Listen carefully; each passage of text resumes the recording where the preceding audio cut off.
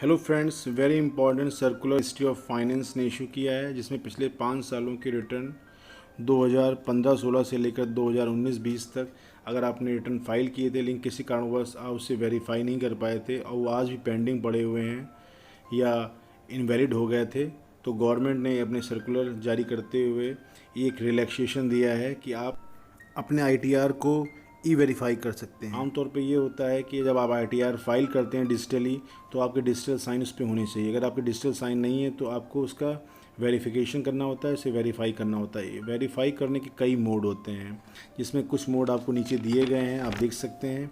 इसमें सबसे पहला होता है थ्रू आधार ओटीपी। इसमें क्या होता है, आधार से आपका जो नंबर लिंक होता है उस पर ओटीपी आता है, उसके थ्रू आप इसे वेरीफाई करते हैं।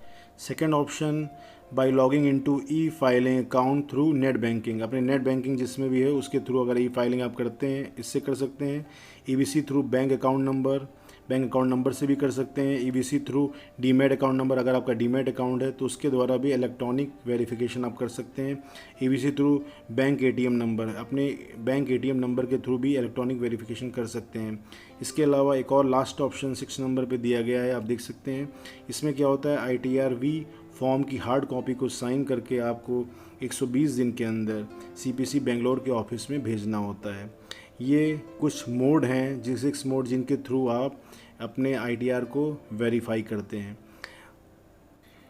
इन्हीं 6 मोड को यूज़ करते हुए अगर आपका इन 5 सालों में कोई भी ITR फाइल करने के बाद उसका वेरिफिकेशन पेंडिंग रह गया था, तो आप उसे इन्हीं मोड्स को यूज़ करते हुए वेरीफाई कर सकते हैं। अब आप देख सकते हैं इसके पैराग्राफ सेकंड में गवर्नमेंट ने ये निर्णय क्यों लिया। गवर्नमेंट ने देखा कि लाखों की संख्या में ITR तो फाइल हुए हैं, लेकिन कहीं ना कहीं उनका वेरिफिकेशन नहीं हुआ, जिसके कारण वो पेंडिंग पड़े हुए हैं या इनवैलिड हो गए हैं। इसलिए गवर्नमेंट ने ये निर्णय लिया कि हम आपको एक रिलैक्सेशन देंगे। अब इसके पैराग्राफ थर्ड पे आ जाएंगे, और थर्ड पैराग्राफ में आप देख सकते हैं ये एडवांटेज, ये बेनिफिट उन्हीं को मिलेगा जिन्होंने due date before under section 139 due date से पहले ही अगर अपना रिटर्न फाइल कर दिया था इन 5 सालों में। अगर आपने आफ्टर ड्यू डेट इन 5 सालों में रिटर्न फाइल किया था तो आपको ये बेनिफिट नहीं मिलेगा। आपको ये वेरिफिकेशन की सुविधा बिफोर ड्यू डेट अगर आपने रिटर्न फाइल किया था तभी मिलेगी। और अब आपको 30 सितंबर 2020 तक किसी भी वेरिफिकेशन मोड जो ऊपर दिए गए हैं उससे आप वेरीफाई कर सकते हैं। आपको ऊपर 6 मोड दिए गए हैं, उनमें किसी भी का भी प्रयोग कर सकते हैं। अब इसके पैरा 5 में चलेंगे। इसमें है कि 31 दिसंबर 2020 तक आप जो रिटर्न को वेरीफाई कर देंगे तो उसका इंटीमेशन ऑफ प्रोसेसिंग, मतलब इंटीमेशन जो होता है वो आपका आ जाएगा। और अगर आपका कुछ रिफ़ंड होगा तो रिफ़ंड में जो इंटरेस्ट लगेगा वो under section 244A sub section 2 के अकॉर्डिंग लगेगा। 6 नंबर पैरा पे आप देख सकते हैं कि अगर आप 30 सितंबर 2020 तक इन 5 सालों में कोई भी आपका अगर ITR फाइल करने के बाद पेंडिंग रह गया था, ई वेरीफाई नहीं हुआ था, अगर आप उसे वेरीफाई नहीं करेंगे ITR-V, EVC और OTP मोड के थ्रू, तो आपका ITR फाइल नहीं माना जाएगा और उसके जो डिसएडवांटेज हैं वो आपको मिलेंगे in future.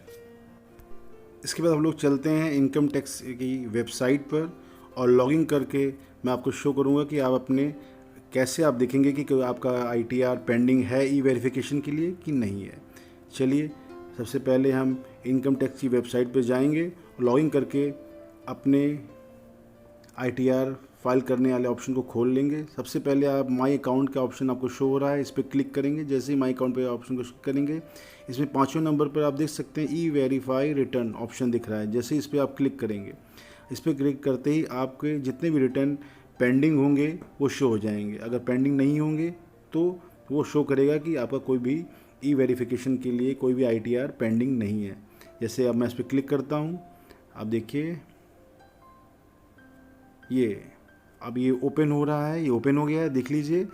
No return pending for e verification, मतलब मेरा कोई भी ITR पेंडिंग नहीं है ई वेरिफिकेशन के लिए। अगर आपके केस में कोई ITR किसी साल का 5 सालों का पेंडिंग होगा तो वो शो होगा। अगर वो शो होगा तो आप उसका ई वेरिफिकेशन जो मोड्स आपको दिए ऊपर मैंने पहले से बताए हैं उससे कर लीजिए, या तो ITR-V को हार्ड कॉपी को आप CPC बेंगलोर के ऑफिस में भी 30 सितंबर से पहले भेज दीजिए, जिससे कि आपका ITR वैलिड हो जाए।